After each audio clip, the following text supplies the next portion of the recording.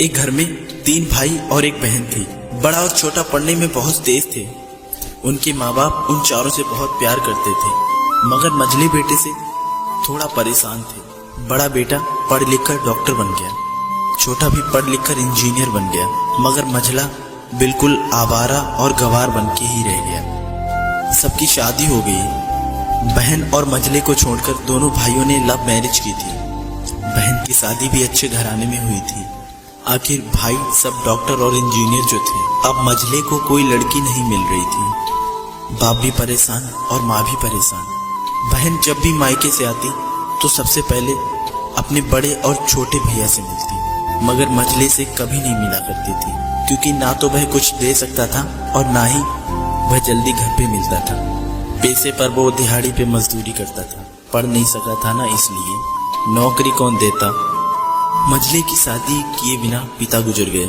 माँ ने सोचा कहीं अब बंटवारे की बात ना निकले, इसलिए अपने गांव की एक सीधी सादी लड़की से मंझले की शादी करवा दी। शादी हो जाने के बाद न जाने क्या हुआ कि मंझला एकदम लगन से काम करने लगा। दोस्तों ने कहा, ये चंदू आज अड्डे पर आना। चंदू ने कहा, आज नहीं फिर कभी दोस्त। दोस्तों ने कहा कि शादी के बाद तू जैसे बीवी का गुलाम ही हो गया हो। चंदू बड़े प्यार से बोला, अरे ऐसी बात नहीं है, कल मैं अकेला एक पेट था, अपने रोटी के हिस्से कमा लेता था, अब 2 पेट हैं। घर वाले नालायक कहते थे तो चलता था, मगर मेरी बीवी मुझे नालायक कहे तो मेरी मर्दानगी पर एक भद्दी कालिक है। एक पत्नी के लिए उसका पति एक घमंड और एक उम्मीद होता है। उसके घर वालों ने भी तो मुझ पर भरोसा करके ही अपनी बेटी दी होगी, फिर उनका भरोसा कैसे तोड़ सकता हूँ। कॉलेज में नौकरी की डिग्री मिलती है और ऐसे संस्कार सिर्फ माँ बाप से मिलते हैं। इधर घर पर छोटा और बड़ा भाई और उनकी पत्नियां मिलकर फैसला करती हैं कि जायदाद का बंटवारा हो जाए, क्योंकि हम दोनों लाखों के बराबर कमाते हैं, लेकिन मंझला ना के बराबर कमाता है। ऐसा नहीं होगा।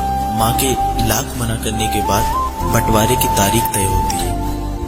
बहन भी आ जाती है, लेकिन चंदू है कि काम पे निकलने के लिए ही बाहर आता है। उसके दोनों भाई उसको पकड़कर भीतर लाकर बोलते हैं कि आज तो रुक जा, बंटवारा कर ही लेते हैं। वकील कहता है ऐसा नहीं होता है, साइन करना होता है। फिर चंदू अपने भाइयों से कहता है, तुम लोग बंटवारा करो, जो मेरे हिस्से में हो वो मुझे दे देना, मैं शाम को आकर अपना बड़ा सा अंगूठा चिपका दूंगा पेपर पे।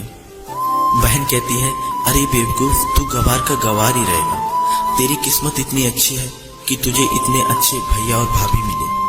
फिर माँ भी बोली कि अरे चंदू आज रुक जा।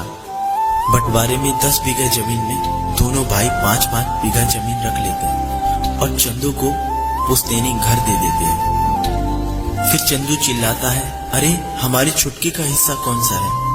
फिर दोनों भाई हंसकर बोलते हैं, अरे मूर्ख, बंटवारा भाइयों में होता है, बहनों के हिस्सों में तो सिर्फ उनका मायका ही है। फिर चंदू बोलता है, शायद पढ़ा लिखा ना होना भी एक मूर्खता है। आप दोनों ऐसा करो, मेरे हिस्से की वसीयत मेरी बहन छुटकी के नाम कर दो। फिर दोनों भाई चकित होकर बोलते हैं, फिर तू? चंदू माँ की ओर देखकर मुस्कुराकर बोलता है, मेरे हिस्से में माँ है। फिर अपनी बीवी की ओर देखकर मुस्कुराकर बोलता है, क्या मैंने गलत कहा? उसकी पत्नी अपनी सास से लिपटकर कहती है, इससे बड़ी वसीयत क्या होगी मेरे लिए कि मुझे माँ जैसी सासू मिली और बाप जैसा ख्याल रखने वाला पति मिला। बस यही शब्द थे जो बंटवारे को सन्नाटे में बदल देते हैं। बहन दौड़कर रोकर अपने गंवार भैया के गले से लगती है और कहती है, मुझे माफ कर दे भैया, क्योंकि मैं समझ ना सकी आपको। चंदू अपनी बहन को बोलता है कि इस घर में तेरा भी उतना ही अधिकार है जितना हम सबका है। मैंने माँ का चुनाव इसलिए किया क्योंकि तुम सब मुझे याद आओ, क्योंकि ये सब वही कोख है जहाँ हम सब लोगों ने 9-9 महीने गुजारे हैं। माँ के साथ साथ तुम्हारी यादों को भी मैं रख रहा हूँ। दोनों भाई दौड़कर मझले से गले रखकर रोते रोते कहते हैं, आज तो सचमुच का बाबा लग रहा है। सबकी पलकों पे पानी ही पानी है। सब एक बार फिर से साथ साथ रहने लगते हैं। दोस्तों, जब लोग अनपढ़ थे तो परिवार एक हुआ करते थे। मैंने टूटे हुए परिवारों में अक्सर पढ़े लिखे लोग ही देखे हैं। दोस्तों ये वीडियो आप लोगों को कैसा लगा हमें कमेंट में जरूर बताइएगा। साथ ही साथ इस वीडियो को लाइक जरूर कीजिएगा और अगर आप हमारे चैनल पर नए आए हैं तो हमारे चैनल को सब्सक्राइब जरूर कीजिएगा।